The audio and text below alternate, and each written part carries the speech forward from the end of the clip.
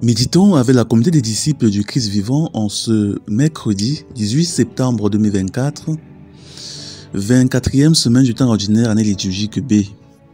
Évangile de Jésus-Christ selon Saint Luc au chapitre 7, versets 31 à 35.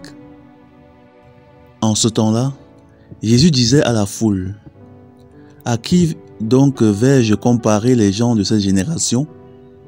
À qui ressemblent-ils? Ils ressemblent à des gamins assis sur la place qui s'interpellent en disant: Nous avons joué de la flûte et vous n'avez pas dansé. Nous avons chanté des lamentations et vous n'avez pas pleuré. Jean le Baptiste est venu, en effet, il ne mange pas de pain, il ne boit pas de vin, et vous dites: c'est un possédé. Le Fils de l'homme est venu, il mange et il boit, et vous dites: voilà un glouton et un ivrogne, un ami des publicains et des pécheurs. Mais par tous ces enfants, la sagesse de Dieu a été reconnue juste.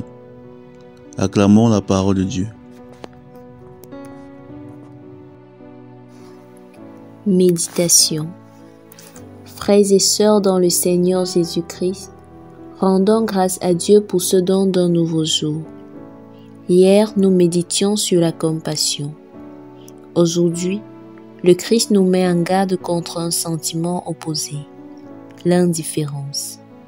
Dans l'Évangile, il parle de deux personnes qui ont appelé les hommes à la conversion, notamment Jean-Baptiste et lui-même. Mais les gens de ce temps sont restés indifférents au message de l'un comme de l'autre.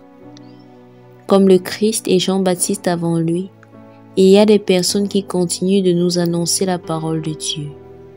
Prenons la peine de l'écouter. Laissons-la parler à notre cœur. Laissons-la nous émouvoir et nous pousser à sortir de nous-mêmes. Que nous ne soyons pas indifférents face à tout, mais que nous choisissions un champ d'action.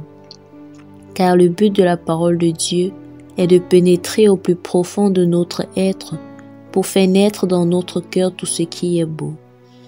Elle fait naître et nourrit en nous chaque jour une plus grande charité, telle que saint Paul l'a décrit dans sa première lettre aux Corinthiens. C'est elle qui nous aide à être émus par ce qui nous entoure et à chercher à prendre une part active au destin du monde. Le Christ ne nous demande pas d'adhérer à tout ou de nous laisser émouvoir par tout, mais de ne pas rester indifférent face à tout. Prenons le cas de la communauté dans laquelle nous vivons.